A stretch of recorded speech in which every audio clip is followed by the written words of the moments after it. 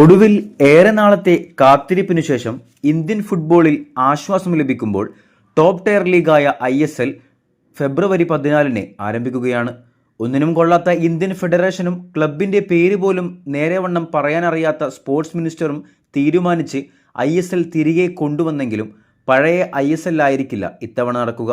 ചെറിയ കാലയളവിൽ ഒരു ടീമിനെതിരെ ഒരു മത്സരം മാത്രമാക്കി സിംഗിൾ ലെഗിൽ മാക്സിമം 12 മത്സരങ്ങളാകും ഒരു ക്ലബിന് കളിക്കാനാവുക. അതിൽ ചില മത്സരങ്ങൾ ഹോം മത്സരങ്ങൾ കളിക്കാനാവുക എന്നത് പ്രത്യേകിച്ച് ബ്ലാസ്റ്റേഴ്സ് ആരാധകർ അടക്കമുള്ളവർക്ക് ആശ്വാസം പകരും. പക്ഷേ കാര്യങ്ങൾ വിചാരിച്ചതുപോലെയല്ല. സീസൺ തുടങ്ങില്ല എന്ന് വിചാരിച്ചാണ് ലൂണയെയും നോവയെയും ലോണിൽ ബ്ലാസ്റ്റേഴ്സ് അയച്ചതെന്നാണ് ആരാധകർ വിചാരിച്ചതെങ്കിൽ വിഷയം അങ്ങനെയല്ല. നിലവിൽ ലീഗ് നടത്താൻ 34 കോടിയോളം ചെലവ് വരുമ്പോൾ അതിൽ 10 കോടിയോളം മാത്രമാണ് AIFF ചിലവിടുക.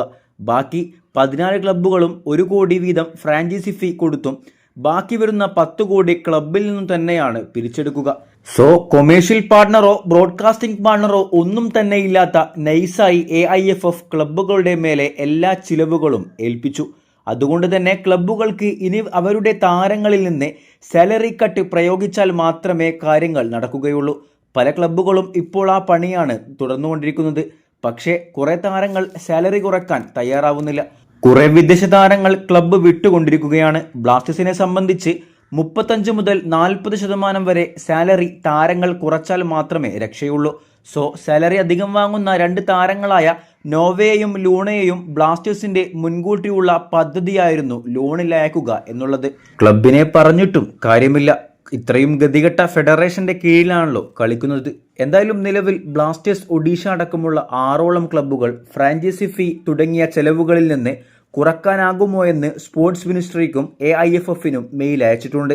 ഇന്ന് ഈവനിങ്ങോടെ ആ കാര്യത്തിലും തീരുമാനമാകും.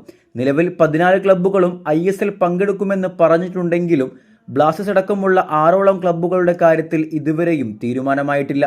പിന്നെ മുൻ സ്പോൺസറായ FSDL പിച്ച കൊടുത്ത ISL എന്ന പേരും ലോഗോയും മറ്റു കാര്യങ്ങളും എടുത്തായിരിക്കും ഇത്തവണ ISL നടക്കുക. അപ്പോൾ ഒരു തട്ടിക്കൂട്ട്, പിന്നെ വിദേശ താരങ്ങളും പറ്റേ കുറവായ ലൂണയും നോവയും ഇല്ലാത്ത ഒരു ISL ഇത്തവണ കാണാനാകും. എന്തായാലും ISL എങ്കിലും നടന്നല്ലോ എന്ന ആശ്വാസത്തോടെ കൂടെ ഇത്തവണ കുറച്ചധികം ഇന്ത്യൻ താരങ്ങൾക്കും അവസരം ലഭിക്കുമെന്ന ആശ്വാസവും പകരം. വീഡിയോ അവസാനിക്കുന്നു. കൂടുതൽ കേരള + ISL വാർത്തകളുമായി അടുത്ത വീഡിയോയിൽ കാണാം.